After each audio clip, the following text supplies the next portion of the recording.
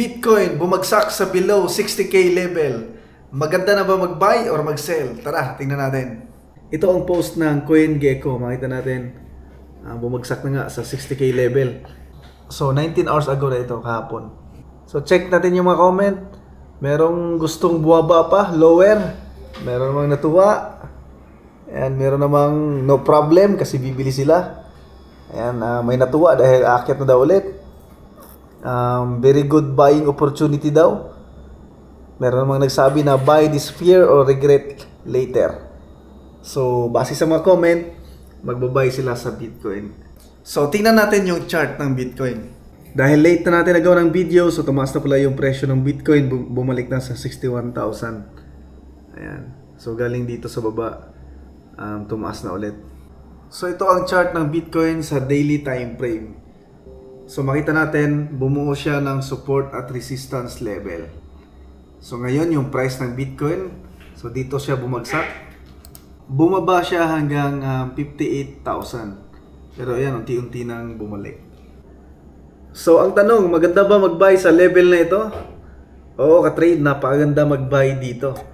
So, mula 60k, pag bumalik yan sa 70k or 71, so, easy $10,000 na profit.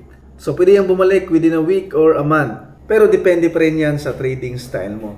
So, example, kahit bumalik yan ng 70k, so hindi pa rin madodoble yung capital natin.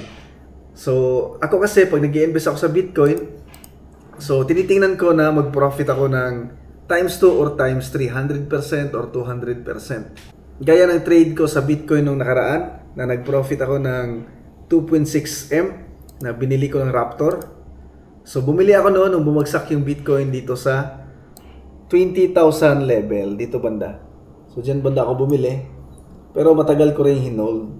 So, umabot rin ng 2 taon bago bumalik pataas yung presyo ng Bitcoin. Kasi kung titingnan natin, nanggaling na yung presyo dyan. Pagkabagsak, tumaas ulit. So, from 20k, tumaas to 60, 70k.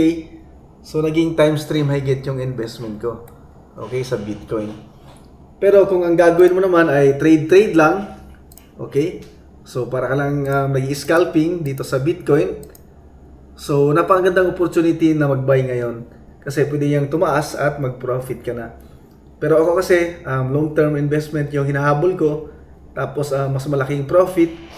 Okay? Mas malaking return. Kaya naghihintay ako na bumagsak pa. Okay? So, saan ako pwedeng bumili ulit ng Bitcoin? So, sabi ang Bitcoin ay abot daw ng 100k.